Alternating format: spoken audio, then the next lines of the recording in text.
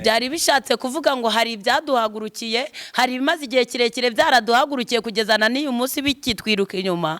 Shatse kuvuga ngo hari uburwayi bwaduhagurukiye, hari inzara yaduhagurukiye, hari ubukene bwaduhagurukiye, kandi ibyo bintu byose birashaka kudushira hasi. Ariko Bibiliya yatubwiye ngo ibyo byose Imana igiye kubisinzirisha guhera kugira ngo tumanze dutambuke. Nshuti yanjye, Imana iguha umuntu mwiza. Muri hari igihe abakobwa wibesha fiyanse akagutinza mu butayu. Yego, twumwe kugushima ukomeje kudukurikirana kuri Ndi Umukristo TV. Amari Imana akomeze kubana namwe. Anjewe nitwa David Nyibisanzwe, muramenyere kuri Gone IK TV, ariko naje no kuri Ndi Umukristo TV, hose ni mu rugo kandi hose no kuvuga ijambo ry'Imana. Burya si byiza kuguma ahantu hamwe, tugomba no gutemba tugasanga Ndi Umukristo TV. Abenshi mwamenye Pastor Laban, mumenya kuri Gone IK TV ndetse na Arine wacu. Haresha arashonje mwa. Yafite akanabura bamubona. Hari yangane birakemuka. Utaza kudusondeka. Ndabasuje cyane ahantu hose mwamuherereye, mwamuri mu Rwanda cyangwa hanze y'u Rwanda. Mwumve ko mbasuje kandi ababwira ko mbakunda. Kusa hano ntabwo turi kuri Gone IK TV, ariko turi kuri Ndi Umukristo TV. Niyo mpamvu ndavuga ati reka mvuga nagiye mvuga amazina yabo y'ibice. Ari nibwo bwa mbere hageze ya Pastor Bano muramenyereye, ariko reka tubwira ari natubwira amazina ye kuri Ndi Umukristo. Ese kuyavuze. Uyavuze Arine gusa, nose ni Arine gusa. Nitwa Byukusenge Arine. Ndi umukobwa wese agiriye ubuntu. Ushima Imana. Usengera hehe? Ndi umwadeperi. Yego. Turagushimiye cyane. Reka twake na Pastor Labani. Yesu ashimwe, haleluya haleluya. Amen. Badukunda mwese, haleluya. Mani baho umugisha kandi ndane namwe muramenyere kuri Ndi Umukristo, ndetse hari n'abandi bamenyere kuri Gone IK TV, ariko uyu munsi turi kuri Ndi Umukristo TV. Amazina nitwa Labani Bizimungu. Bituruko bita umuryango. Namwe mwese abangurikiye, mwese muri inshuti zanjye. Ngaba ndi umushumba muri Zion Temple. Imana bamugisha. Uyu munsi twagiye gusaba kwa Pastor Laban, tugiye kumusura ahantu ashumbye cyangwa se ahantu ayoboye. Tujyana na Arine, tuvuga reka dusuze n'abakunzi ba Ndi Umukristo TV. Kuko ivuga butumwa ryatambutse, birashoboka ko batashobora kuribona kuri Ndi Umukristo. Ariko nanone reka tubasuze, tubabwira ibihe twa turimo hano. Oya nta kibazo, ibonyura hano nta kibazo baraza kukubwira. Nta kibazo, urakabajyaniye se? Sawa, ko ngako nta kibazo bagashyize aho ngaho. Turavuze ngo reka dusuze abantu ba Ndi Umukristo, tuvuge kuvuga butumwa ryagera ritambutse. Uyu ni ubugira gatatu Pastor Laban yakira Arine we, usubwa gatatu. Reka mbere kuri iki kibazo, cyangwa reka dutangiye dusenga. Pastor dusenge. Mana turagushimiye, zina rye niryubahwe, wabanye natwe Kristo mwiza, uratwemereye twongeye kuboneka hano. Mana turagushimiye, zina rye niryubahwe kubw'imirimo n'ibitangaza byawe. Wakoze imirimo, ari benshi bavuye mu uyu mubiri, ntabwo twakibagirwa ko hari abaryamye kwa muganga ibintu byakomeranye, ariko twe turi bazima, dushobora kuvuga, turi guhumeka umwuka w'abazima. Data turakunezerewe, izina ryawe nirihabwe icyubahiro. Ngatugirire neza na bene data badukurukiye kuri Ndi Umukristo, baho umugisha kandi utindane nabo. Kandi data nsimwa mudukunda, reka nabo bagendererwe nawe, bafashwe nawe. Ijambo ryawe ry'imbaraga ritindane nabo, kandi ugire cyurema ku bana bawe. Ngano barengere kandi ukomeze kubabashisha. Mwene data mushiki wanjye ndetse bafunguye telefone zabo, ndetse data twese myiza bageze ku maskrini, ku maekra. Data abo bose bakimara kutubona bahabwa umugisha nayo kuri Imana gitangaza. Nudufashe, dufashanye, dukomezanye mu buzima no mu rugendo rwerekera Isiyoni. Ngano turengere muri byose kubwa Yesu Kristo mwami wacu. Amen amen. Yego, uyu munsi nangiye guhera kuri iki kibazo, ariko numva umwuka umpasa ati tubanze dusenge. Wenda reka mvuge kuri iki kintu. Arine Pastor, ejo nakubwiye ati tuzaboneke hano. Ngiye numvaga nshaka kugusura nkaza ngakureba, ariko ntabwo nari nabibwiye Arine. Tukakubwira ati mbese wakoze na Arine. Ndavuga ati Arine ko amaze igihe kinini ari hageneza igicumbi ni he? Umaze igicumbi cyangwa ari umupaka w'u Rwanda na Uganda. Yari afite umurimo utoroshye. Cyo ka wenda ahantu hakora cyabitunganya neza ngo nyemerekeza ari n'ahantu hakora, ariko najya kubwiza kuruka basanga za Bugesera za hehe sinamuherekeje, ariko ndacyabitunganya kugira ngo abantu abantu bakure nawe njye merekeza Aline kuko asigaye akora ivugabutumwa njye nkasigara kandi ngomba kumerekeza kwenga ivugabutumwa ryamamare n'abapasi nabo nabari igihe bagenda nkagenda n'abaherekeje mu ivugabutumwa ariko ngiye kuza imodoka tugiye tujyamo twese tugiye hirya no hino mu birere bine by'igihugu mu birere bine by'isi tujye tugenda duhe n'amatike tujye dutega n'indege nk'ubu nagiye Kampala byicwa no ko nda modoka yacu dufite tuba twaragendanye ariko Imana iri kwitubyirira ije kubikora cyane nabiri ryo ryarasohoye sindishidikanyaho ryarasohoye isezerano ryawe rya mbere ryarasohoye sari yasogiye hanze irajya mu Uganda nanjye ni Uganda ako mupaka kujya Kampala bari Uganda hatari muri yego pasa birumvikana ko Aline kumubwira ati ngwino tugende ikuremo ibintu by'umunaniro n'iki byo gukorera Imana niyo yaguhamagaye yakoze kubyinubira mu Imana ubwo n'ikibazo cyamenye guheraho wakoze kabisa Aline sinzi kuno wamukunze ubundi Aline wamubonye hano wamubonye gute njyewe Aline njya kumubona unyari umukobwa ushoboye Imana iri gukoresha mu iminsi ngiye mbona umukobwa rwose w'igikundiro n'abatuye umukobwa Imana iramukunze n'abantu baramukunze ibindi reka nze nanjye amavuta yanjye akuze cyangwa se uburambe mfite Aline twegerane tuvuge Imana mu mbaraga zanjye z'ubukuru nawe mu mbaraga ze z'uko akiri urubyiruko twuzuzanye anzamure muzamure tuzamurane bityo Uwiteka arusheho guhabwa icyubahiro wenda hari ikintu ushobora kuba warabonye kuri Aline abantu benshi bagiye bamushinja kutitaba telefone kutaboneka ni cyo kintu wababwira nk'abo bantu gusa njye ku ruhande rwanjye Aline ntacyo namushinja kuko nanjye byombaho cyangwa se byambayeho buriya hari igihe denda dufate iminota 10 abantu ngo 20 30 baguhamagara icyarimwe abo bantu wabajera gute ndabwo turi MTN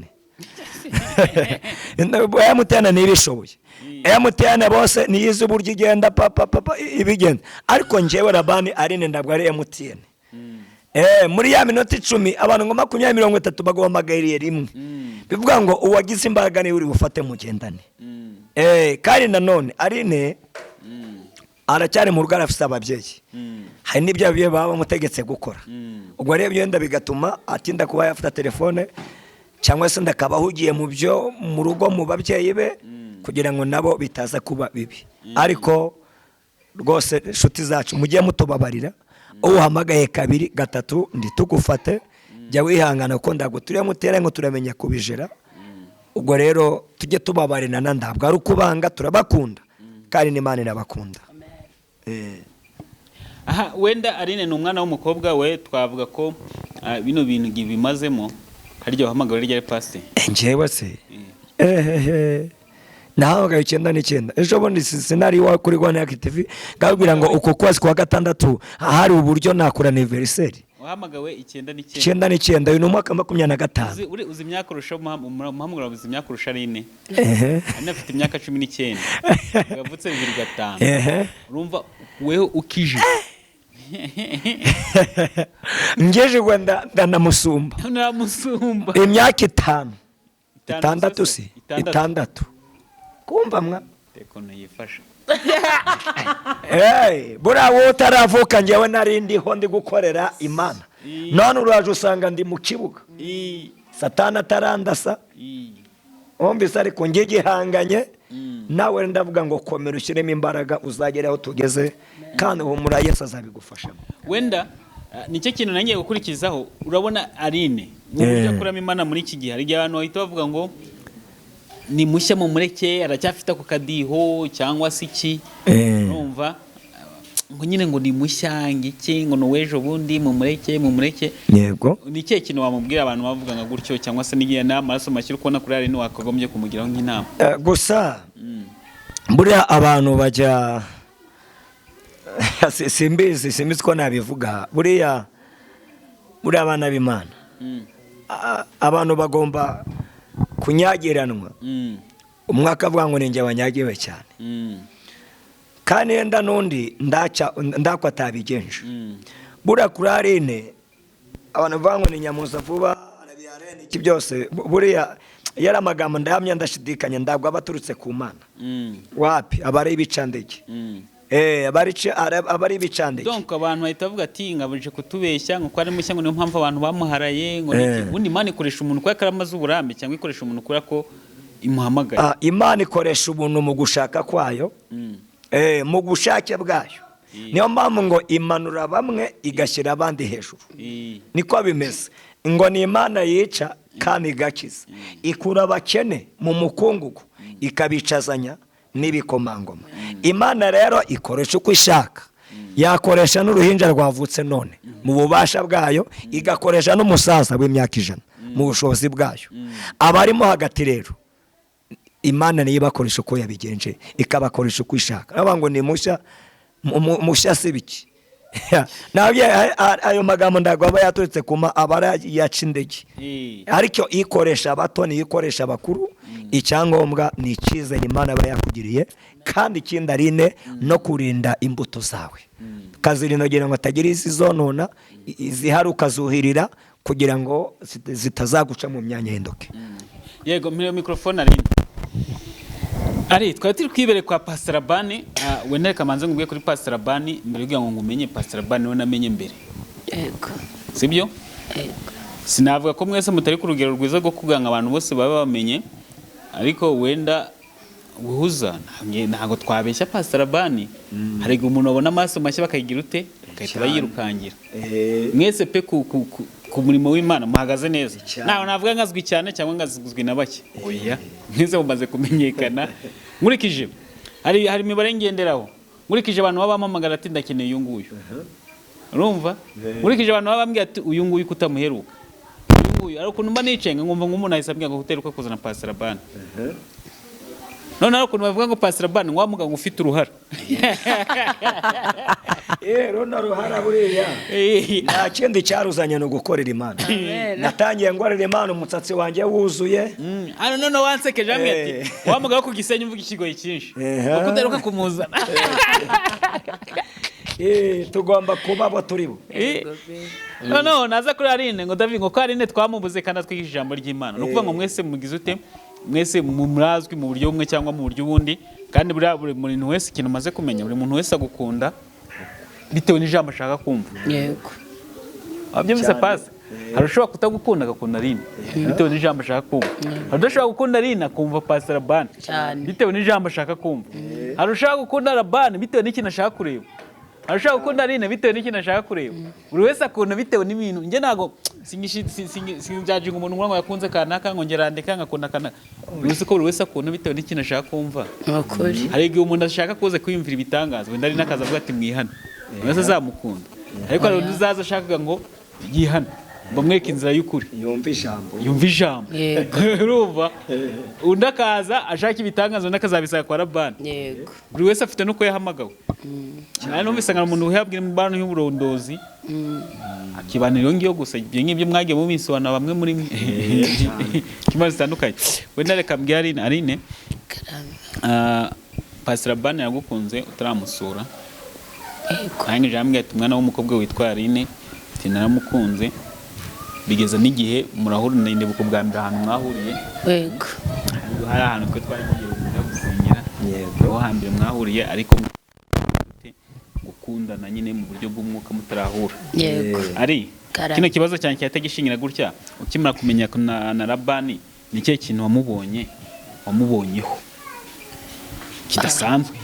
Okay wenda ikintu namubonyeho cya mbere abantuzi muri iyi minsi nta kuri basigaye bafite ukuri kandi kugira ukuri niyo ntwaro ya mbere ikomeye igutera kurama muri uyu murimo w'Imana ugutera kurambana n'abantu buriya si byiza ko tuba abahanuzi ariko tukagira abanzi tubigizemo iki uruhare. Rero ikintu cya mbere namubonyeho ukuri yego ni umuntu nyine ukunda Imana agakunda n'abantu ariko agakomera ku kuri. Amen. Yego iki ni cyo kintu wamubonyeho. yego. Muri rusange waje gusura ku itorero ryiwe ni cyo kintu wasanze kidasanzwe. Okay, ikintu cya mbere nahasanze kidasanzwe, nasanze abantu bakunda Imana. Buriya hari igihe ukunda umuntu kubera umwenda yambaye, ugakunda umwenda ariko ukanga iki umuntu. Ibintu babyumvishe. Rero hari igihe umuntu akunda ikintu kimvamo ariko ntankunde, nyine akumva navuga ariko agakunda amagambo andimo ntankunde. Rero nasanze groupe yo igira urukundo. Yego, kwa Pastor Labani nasanze igira urukundo. Nanjye bashaka ngo numve ko umuntu nawe aramwishimiye. Basa hari ikintu kimaze iminsi kihari. Abantu ntabwo bari gushyigikirana. Urumva? Ubona umuhanuzi ushyigikiye undi bari ikibazo. None ukamuvugira gutya. Undi ahita aza akamudrapatiza impamvu ari naticaba. Urabizi? Uzi ko drapo? Muri bavuze drapo ni ukuvuga ngo ni ikintu kijya hejuru y'ikindi. Drapo ni ikintu cyamamaza. Yego. Mwamamaza. None ko kudrapo ni ukwita kwamamaza nyine. Kwamamaza kitaba. Wera zamutse abaye cyamamara ngasiga aca abantu amazi. Ariko ntabwo aba ari byiza. Wenda ikibazo cyane nyuma turasigaye iminota 10. Sinzi ko muri buze kwikoresha mu ijambo ry'Imana. Asa n'umushumbi iminota 10 turisigarane. Sinzi ko rubuze ko yarana. Turayikoresha.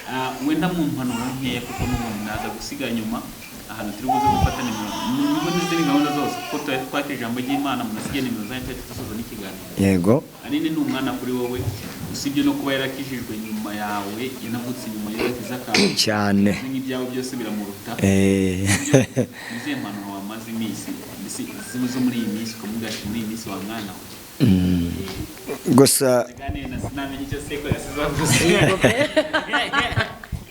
impanuro namuha muri urugendo dushobozwa no guca bugufi.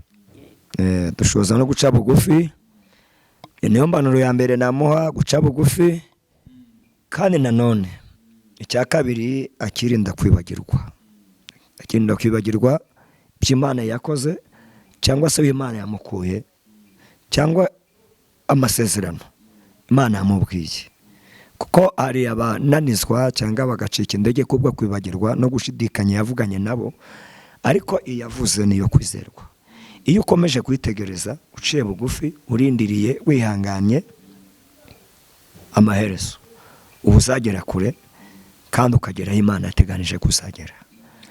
Ikindi akirinda gutega amatwi amagambo. Wakareba icyo Yesu yamuvuzeho, akareba aho Yesu ari kureba. Ibyo nibyo bizagushoboza kugera n'iki gihe tugezemo.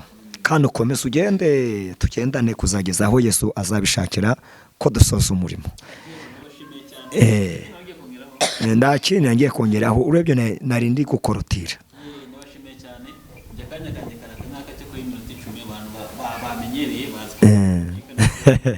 Nibyo rwose. Amaterano yarameze no madeza buri wese akaduha amakaye ijambo yabwirije.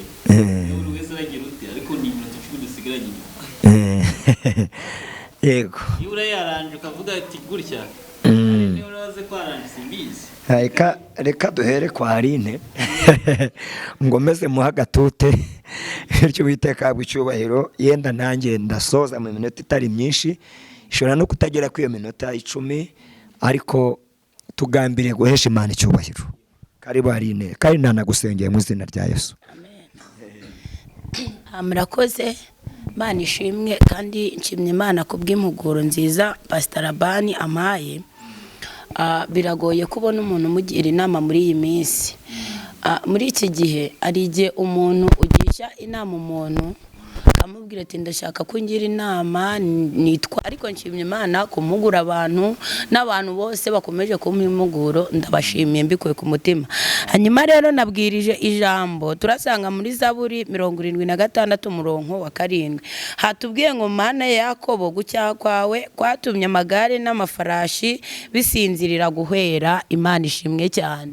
Byari bishatse kuvuga ngo hari ibyaduhagurukiye, hari bimaze igihe kirekire byaraduhagurukiye kugeza na uyu munsi bikitwiruka inyuma.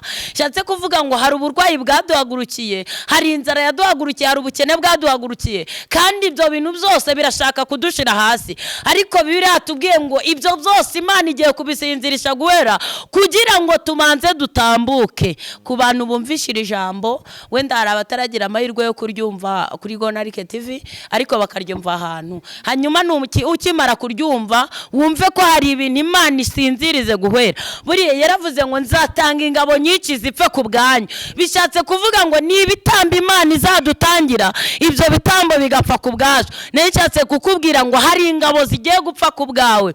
Imana ivuganye nawe nibisaba ko zimanza gusinzira, zigiye gusinzira kugira ngo ubanze utambuke. Hari ingabo, hari imitego umwanzi Satani yateze mu nzira kugira ngo Imana igiye kwitwa Imana ku buzima bwawe. Bavuze ko uzapfa kandi uri umunyamasengesho, bavuga ko utazabyara kandi uri umunyamasengesho, bavuga ko utazakoresha ubukwe kandi uri umunyamasengesho. Narindi ku ijambo rivuga ngo igiye kubasinziriza ubanze utabarwe, bazakanguka warageze imbere. Imana ibaha umugisha cyane. Amen. Amen. Imana ishimwe cyane ku bwa mushiki wacu Aline.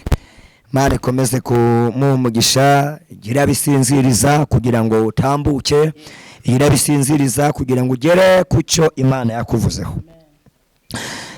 Nanjye ndasoma ijambo cy'Imana hano mu gitabo cy'umuhanuzi Yona mu gice cya mbere ku murongo wa 4. Hatubwiye ngo maze Uwiteka yohereza umuyaga mwinshi mu nyanja. Mu nyanja haba ishuheri ikomeye, inguge yenda kurengerwa, abasare baterwa n'ubwoba, umuntu wese atakambira ikigirwamana cye. Ibintu bari batwaye mu nguge babijugunya mu nyanja ngo boroshye inguge, ariko yo nawe yari mu nguge hasi cyane aryamye asinziriye. Dukomeze dusome ku murongo wa 9 wa 8. Ngo bahera ko baramubaza bati tubwire utumye dutezwe ibi byago, ukora murimo ki, uraturuka he, uri wo mu kihe gihugu, uri bwoko ki? Arabasubiza ati ndi Umuheburayo, nubaha Uwiteka Imana yo mu ijuru yaremye inyanja n'ubutaka. Amen. Nari ndi ku ijambo rivuga ngo Imana iguhishurire abo mugendanye abaribo. Iyo ngomaje gusobanura kuri ijambo ni rirerire, ni ijambo ngomba kwigisha isaha yose umwanya uhari, ariko rikanze nivuge mu njamake. Imana iguhishurire abo mugendanye abaribo, abo mucuruzanya, abo mupangishije hamwe, abo mukorana mu kazi ko gutwara imodoka, abo mubana mu itsinda, abo mubana muri sosiyete. Imana iguhishurire uwo mugendanye uwariwe. Uyu Yona yari umuhanuzi, ariko aza kugendana n'abantu bari biviriye kurangura, bavuye isafari ndetse bafite imizigo baranguye, ariko uko Yona hari ikibazo yari afite muri we, yatumije bano bantu bahomba. Bahombye ubutunzi, bahombye ibintu, bahombye amafaranga, bahombye n'imyambaro, ndetse kugeza ubwo nabo ubwabo bendaga no kubura amagara yabo, kuko bagendanye n'umuntu batazi. Abateza ibyago atuma bahomba. Natwe muri ubu buzima iyo ugize amahirwe, iyo ugize amahirwe mabi cyangwa make, ukagendana n'umuntu mubi, atuma utagira aho uva, atuma utagera n'aho ugera. Inshuti z'Imana kandi inshuti za Yesu, Imana rero iguha umuntu.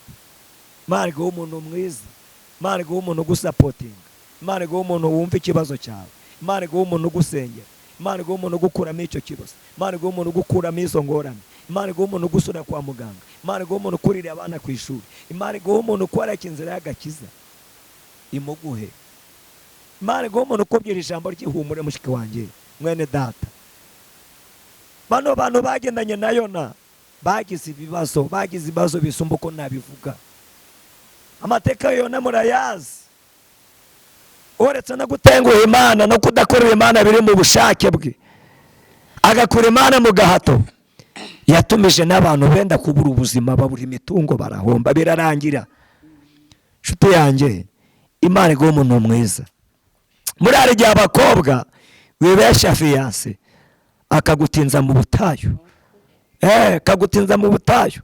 Ye musore, hari igihe nawe wibesha fiyanse mbese ariko nawe rwose akagutendeka akagushiraho, uba wagendanye n'umuntu mubi. Ariko Imana iguha umuntu mwiza, cyangwa icyo nagusezeranya, humura mu isi harimo abantu beza, harimo abantu beza, Imana y'umutima mwiza. Ni ukuri aba ari Imana iguhuza nabo, bene abo ngabo n'abasamariya meza, ni beza, Imana yarabaremye irabateganya, Imana iguhuze nabo, ndetse kubahishwa amaso yawe, ariko Imana igukore ku maso, ibakwereke, kandi igukore ku maso, ikwereke umuntu mugendanye, n'umumenya, hari igihe uzamukunda cyane. Imana twegere kandi tindane natwe cyane, n'umumenya nanone hari igihe uzamwirinda. Yesu abaho umugisha kandi akomeze gutindana namwe. Murakoze, Imana ibaduhere umugisha. Amen, amen.